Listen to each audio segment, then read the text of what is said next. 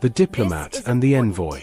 The air on Xylos was thick with the scent of blossoming crystal moss and an ozone tang from the towering, vine-wrapped skyscrapers that pierced the peridot sky. Ambassador Kalen Vance adjusted his tunic, the gravity of the mission settling like the humid Xylan atmosphere. He, a human diplomat, was here to secure the Treaty of Harmonious Yield with the Viridian Council, a pivotal agreement that would end a century of guarded cold peace. The very were known for their ancient wisdom, their unnerving grace, and eyes that saw through political facades. Kalen was led into the Council's primary negotiation chamber, a space of organic architecture where sunlight filtered through translucent, petal-like walls.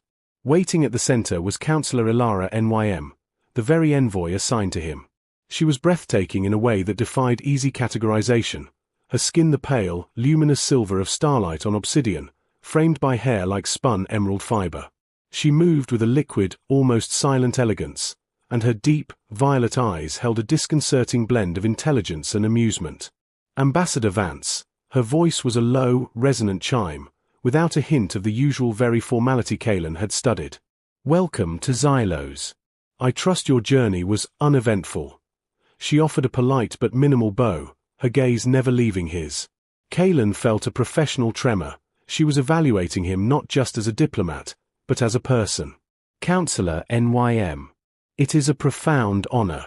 "The journey was precisely as uneventful as a jump across 80 light-years allows," he replied, attempting a light, human smile. He found himself momentarily unable to focus on the political script in his mind, distracted by the subtle, silver sheen on her cheekbone as she tilted her head. This was not the stern, ancient alien he had prepared for. This was a vivid, electric presence, and he suddenly felt profoundly, intensely human. His heart rate, usually steady as a metronome, picked up a frantic, irregular rhythm. He knew instantly that this negotiation would be a more challenging and personal contest than any strategic briefing had prepared him for. Securing the treaty was one thing. Understanding Ilara Nym was proving to be a vastly more complex and oddly alluring objective. He sat, placing the treaty file on the crystalline table, and waited for her to begin. He had not accounted for the quiet power of her gaze. The hidden sanctuary. With Kira's guidance, Jackson dragged his injured body away from the immediate blast zone. She navigated the complex, collapsing network of Xylan undertunnels with unnerving familiarity, moving through the darkness like an extension of the shadowy corridors. The tunnels were rank with mold and decay, the air stale and heavy, but they offered concealment from the ash scavenger patrols above. Jackson relied heavily on his operational instincts, but it was Kira's calm certainty that kept them moving forward, her low voice occasionally confirming a path or warning him of a seismic weakness in the ceiling. The close quarters and the shared trauma of the near-fatal ambush forced an uneasy, intimate proximity. Jackson's wound was screaming. Every step sent a jolt of agony through his torso, and the energy blast had cooked his internal sensors. He was running on pure adrenaline and grit. He finally admitted, through gritted teeth, "I'm slowing us down, Solori. Where is this extraction point?" Kira stopped abruptly, her hand finding his uninjured arm, her touch grounding. "We must stabilize the wound first, Rios. The extraction point is useless if you bleed out halfway there." She then revealed the true purpose of their journey. She wasn't just fleeing with data, she was retrieving a prototype phase array modulator, a device capable of scrambling the scavengers' command networks. "It is the Resistance's only chance to break the blockade," she explained, her voice hardening with resolve. They reached a small, concealed emergency bunker, a tiny, pressurized capsule hidden behind a rusting maintenance hatch. Kira immediately set to work. She insisted he remove the remains of his shirt, which was glued to his shoulder by congealed blood and sweat. As she carefully sliced away the fabric with a fine-edged surgical tool, Jackson's mercenary composure crumbled. His physical vulnerability, exposed beneath her steady, meticulous gaze, felt more dangerous than any fight. The air was thick with the scent of antiseptics and the unspoken tension between them. The contrast between her delicate actions and the brutal context of their survival was intoxicating. Her focus shifted to his torso. As she cleaned the jagged, cauterized wound, her blue eyes, catching the faint bunker light, fixated on an old, faded tribal tattoo near his ribcage. A stylized symbol of a hawk grasping a lightning bolt, the mark of a legendary, disbanded mercenary clan known for their strict, archaic code of honor. She paused her ministrations, her expression softening into genuine, profound understanding.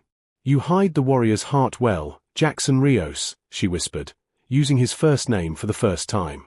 Their faces were inches apart, the air charged with mutual admiration that felt sudden, undeniable, and entirely consuming. The broker's betrayal. The wound stabilized and roughly stitched, the pain reduced to a manageable throb. Jackson felt his defenses dropping further. They spent a necessary hour in the hidden sanctuary, waiting for the designated time to meet Silas, a known broker of black market transit papers, who promised a ship off Xylos. The quiet provided a dangerous space for intimacy. Kira leaned against the wall, sipping nutrient paste, while Jackson recalibrated his remaining gear. The silence was no longer awkward, but heavy with unaddressed emotions.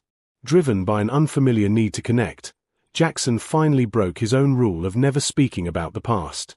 He confided a piece of his lonely history, the betrayal that led him to reject his clan's honorable code and become a mere hired gun.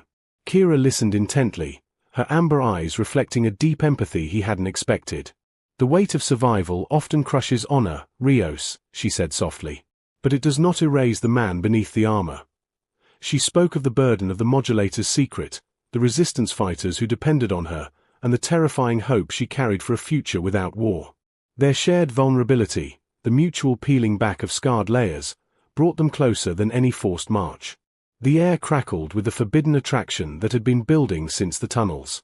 In a desperate, impulsive surge, Jackson tossed his gear aside, reaching for her. The need to feel something real, something alive, overwhelmed him. "I don't care about the fight right now," he muttered, his voice rough with emotion. He bridged the short distance, his good arm finding the back of her head, his touch careful yet urgent. The kiss was not gentle, it was a hungry, desperate claiming, a fierce punctuation mark on their survival. It was the warmth of two souls finding connection in the cold emptiness of war. Kira responded instantly, her hand finding the contours of his face, her lips parting beneath his. For a few breathless seconds, the modulator, the scavengers, and the ruined planet ceased to exist, replaced only by the profound reality of their physical and emotional bond. A sudden, sharp chime from the bunker's comm unit shattered the moment. It was Silas, announcing his imminent arrival. They adjusted their clothes, the heat of the kiss still lingering between them. When Silas entered the bunker, he wasn't alone. Two burly, well-armed scavengers flanked him. Silas's smile was thin and reptilian. "My apologies, Rios," Silas purred, his finger pointing at Kira.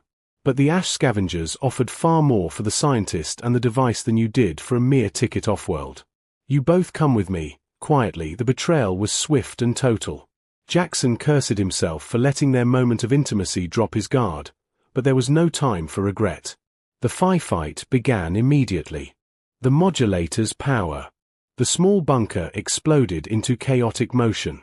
Silas and the scavenger guards, confident in their numbers and element of surprise, advanced, but they underestimated the desperate coordination of the duo. Jackson, fueled by adrenaline and a fierce new instinct to protect Kira, moved first.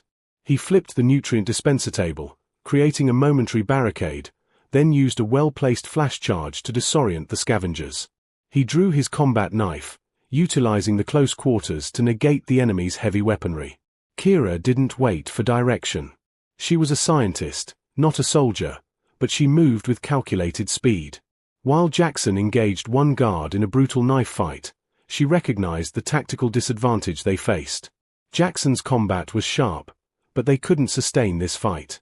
With a single, decisive movement, she yanked the small, metallic phase array modulator, the precious cargo, from its containment unit. "I'm overloading it," she yelled over the deafening sound of energy weapons. She quickly adjusted the settings, bypassing the safety regulators.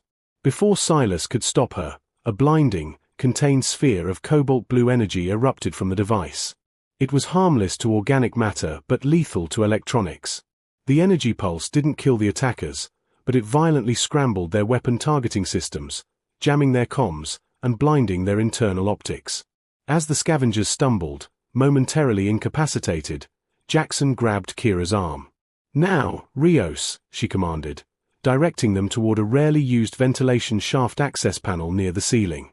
They scrambled up into the dark, greasy shaft just as the scavengers began to recover, their frustration manifesting in wildly inaccurate bursts of fire against the bunker walls. They crawled through the narrow shaft, the air thick with dust and the lingering energy signature of the modulator. The terror of the fight gave way to a powerful rush of exhilaration. They stopped briefly, wedged in the dark, the rhythm of their labored breaths echoing off the metal walls. Jackson pulled her close, his arms wrapping around her tightly, his cheek resting against the softness of her hair. He felt the frantic, rapid beat of her heart against his chest. He was shaking, but not from fear, from the overwhelming realization that he had nearly died not for the credits, but for her. "You were magnificent," Jackson murmured into the darkness, his voice strained with emotion. "Reckless, but magnificent." The near-death experience, the shared victory, and the lingering electricity of their earlier kiss intensified the connection beyond measure. "This isn't just about survival anymore, Kira," he confessed, the sudden use of her first name a declaration. "What we have is worth more than any price."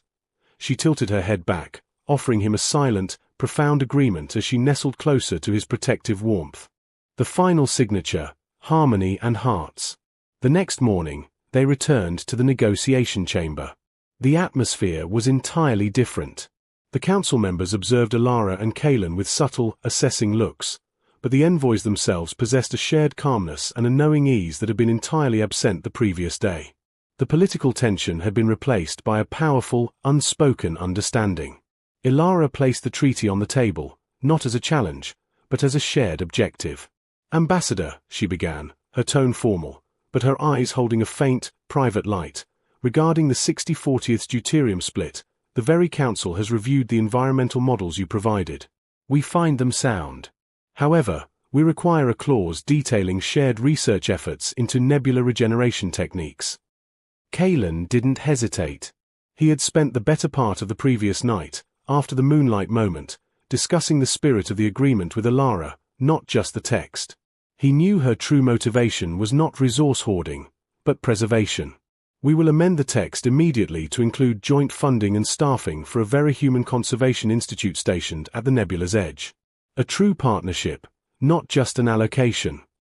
The speed and genuine cooperation were unprecedented. The council members exchanged surprised glances. The sticking points that would have taken weeks of grueling debate dissolved within the hour, smoothed over by the intimate, profound trust established between the two key negotiators. The treaty wasn't secured by brilliant rhetoric, it was secured by honesty and vulnerability. Alara read the final revised draft, her eyes scanning the regeneration clause. She looked up, a satisfied, professional smile on her face. "It is acceptable. The Treaty of Harmonious Yield is ready for signature." Kalen signed the document first, the heavy seal clicking against the crystalline table. Alara followed, her silver hand moving with elegant finality. As the treaty was officially ratified and the council began their formal congratulations, Alara turned to Kalen for a brief, final handshake. Their hands met, his warm, hers cool, and for a silent moment, their eyes locked. The political victory was complete, but the personal journey was just beginning. "You are leaving soon, Kalen Vance," she murmured, the formal surroundings forgotten in the soft intimacy of her voice. "I am," he confirmed, the loss already palpable.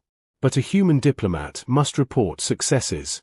And a human man now knows the route back to Xylos, and to the person who proved that the most important terms are never written in the contract. He gave her a profound, grateful look, knowing their relationship was the true, enduring treaty forged in the heart of the galaxy.